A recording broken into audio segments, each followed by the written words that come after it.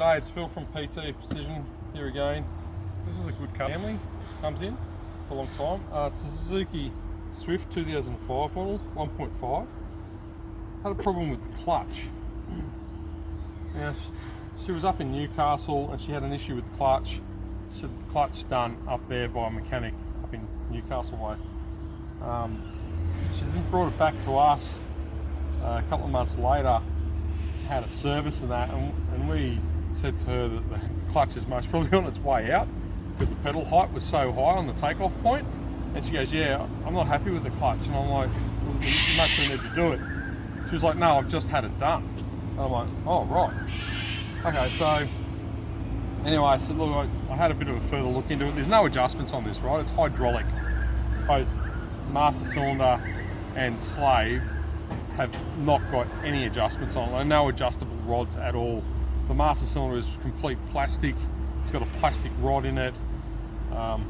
There's no adjustments on the gearbox. There is a spline where the fork sits. You could move that spline, but the pedal height itself, there's no bump stop on the pedal heights. Like normally down in here, you could possibly do an adjustment on the height. So the pedal height is actually higher than the brake pedal. That's at 120 mil off the floor. This one was at 150 mil off the floor, and still is, right? If I could get it to be level down there and the takeoff point, it'd be good, but you just can't. You can't do it. You can't get it done. So I said, take it back to the mechanic, get him to have a look at it. He said I spoke to him, a bit of stuff going on there, but I said, it's not right. They said, you need to have a look at it. So they took it back. So we're in Manly and they've driven it up to New. It's 2 hours. Left it with the guy for a week. He said he bled it 3 or 4 times and said it's dropped at 30 mil down. It's good now. And I'm like, okay, well, that's good. That's what needs to happen. You know, I don't think bleeding it would have fixed it, but he reckons it did. No problems. The customer goes and picks it up. There wasn't too much happiness going on. Anyway, it was still the same. So they brought it back, said, I'm not happy, and I had a look at it. I said, no, it's exactly the same, it hasn't changed. I rang the guy. It was a, what sort of clutch? Was it a Clutch Pro? Clutch Pro. I'm not trying to badmouth any clutch kit or whatever, but it was a Clutch Pro. I'd normally put Exceedi in. Don't really have any problems with those. The Clutch Pro, a bit cheaper, whatever. Anyway, she just still wasn't happy. She said, I'm trying to work this out with the guy. If he doesn't work out, I'll take it to fair trading. No one wants to go through that. Anyways, the mechanic wanted her to drive it around, see how it goes. It's still under warranty, blah, blah, blah. So she drove it for a month, still no good. Brought it back, said, Phil, just fix it. I'm sick and tired of it. Can't drive.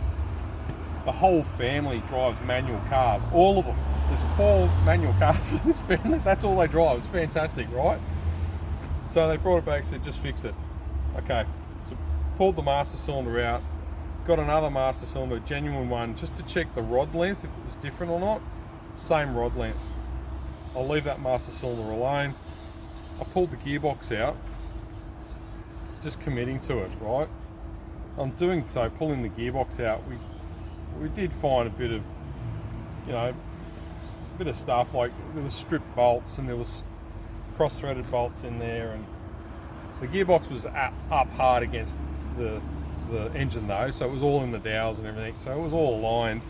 Well, we pulled the gearbox out, the clutch looked okay, the release bearing looked okay, the fork, because I got a new fork for it just in case that was bent or something like that, that was fine. The marking where the clutch fork sits on the spline where the pivot is, it was fine, it was in the original mark. So I pulled the release bearing off, pulled the shaft up, and the bearing, there's a bush in the top and the bottom of these ones where the fork moves. Those bearings were dry, not lubricated, and the shaft was rusty and marks, pit marks on it. So I cleaned all of those. I wasn't divoted in too badly. I cleaned them all up with emery cloth and wet and dry, and then I lubricated both of those bushes, made it really nice and floppy. Then we sent the flywheel and everything and the clutch away to our guys, had a look at it. We just skimmed the flywheel again. It had a couple little hot spots on it, which is to be predicted because the takeoff point on the clutch was up so high that they were slipping it to get going because it wasn't right. Yeah, you know, the friction point is just, you know, about an inch off the floor. This one was up 2 inches easily. So parking the car was a bit of hit and miss as well. It was going to wear the clutch out. So I put a new Exceedy one in, lubricated all that up, put it all back together, and the clutch is absolutely fantastic now. So I think it would be possibly to do with the clutch kit they've fitted is not quite right, and the way that they've gone about installing a new clutch hasn't really finalised the job properly. But beforehand, the clutch, it had no free play. It's got free play up here now, which I find is quite weird. So that possibly could have been due to the clutch fork sitting out too much and applying pressure. Really? I don't know, but it feels fantastic. The takeoff point is absolutely spot on. I'm sorry, reverse. See? About an inch off the floor. That's bloody, it's spot on. And it's as light as a feather. It's so light now, it doesn't even feel like there's a clutch there. So I just put a few photos up. I just thought I'd just put this one up. Just if someone's fitted a clutch and it's not quite right, if the height's wrong, got to pull the box back out again. Like, really, this mechanic, he should be doing that to honour the car. But anyway, I thought it was an interesting one. I'd let 3 other mechanics drive the car. So just tell me, see if you think there's something wrong with that car or not. They all go, no, it's all fine, other than the clutch is a bit high, it's a bit worn out. It's the same result as I had to fucking pull it out. But anyway, it's a bit of an interesting one. I'll see if I can put some videos and stuff up, some photos up of inside the gearbox, and that will be found. Anyway, that's a good result.